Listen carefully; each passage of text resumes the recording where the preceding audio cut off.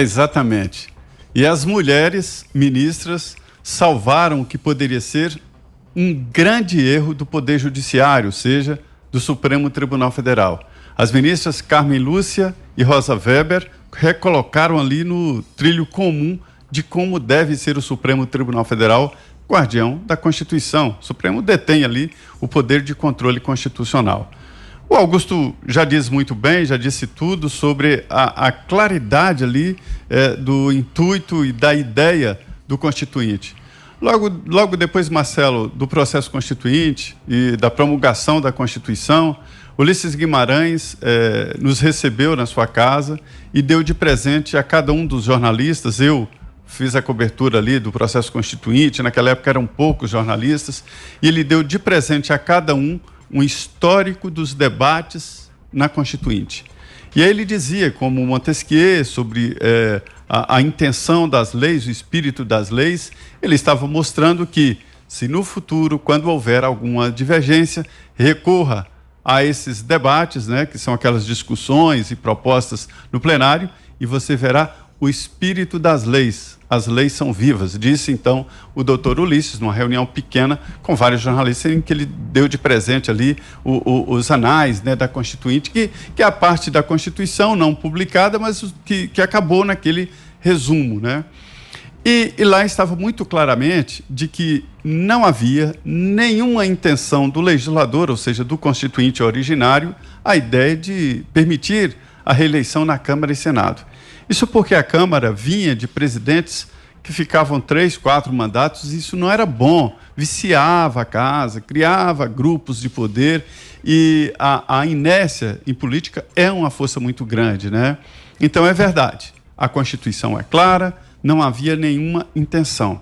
Então eu prefiro falar agora do outro lado desta história esquisita, que está todo mundo assustado. E o que está acontecendo? O que houve? E eu vou dizer, é que o judiciário está fortalecido, saiu da Constituição de 88 mais forte, isso é evidente. Os juízes, Augusto, Marcelo, estão mandando ali nas cidades. Antigamente mandava prender e mandava soltar, símbolo de poder, agora não.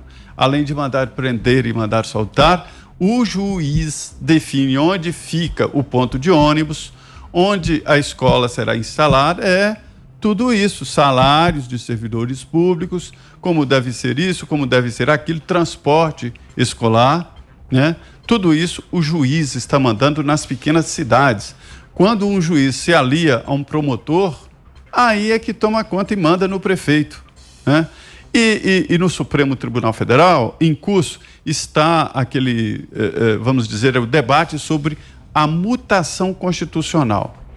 Eu não estou aqui denunciando nenhuma tentativa de golpe ou nenhuma tentativa de vamos dizer, de ditadura do judiciário, como dizem, mas é uma força muito grande que o judiciário quer se atribuir. Estou dizendo que quer se atribuir porque nenhum constituinte deu esse direito ao Poder Judiciário de fazer leis. Interpretar as leis, sim, fazer leis, não. E esse processo de mutação judicial, ela leva o seguinte, é uma mensagem de que vamos dizer, se há justiça, se há, vamos dizer, um bom encaminhamento, a justiça, as leis e o judiciário, aí que entra, né, o judiciário, devem fazer o encaminhamento, no sentido de que esta justiça, né, no sentido de justo, né, que isso seja aplicado, independente da lei. É a ideia, ou seja, o judiciário legislar, e isto é muito perigoso, porque parece uma boa intenção, mas quem vai dizer o que é justo ou não, se não a lei, se não a Constituição? E foi a bordo desse processo que esse assunto ganhou essa força toda.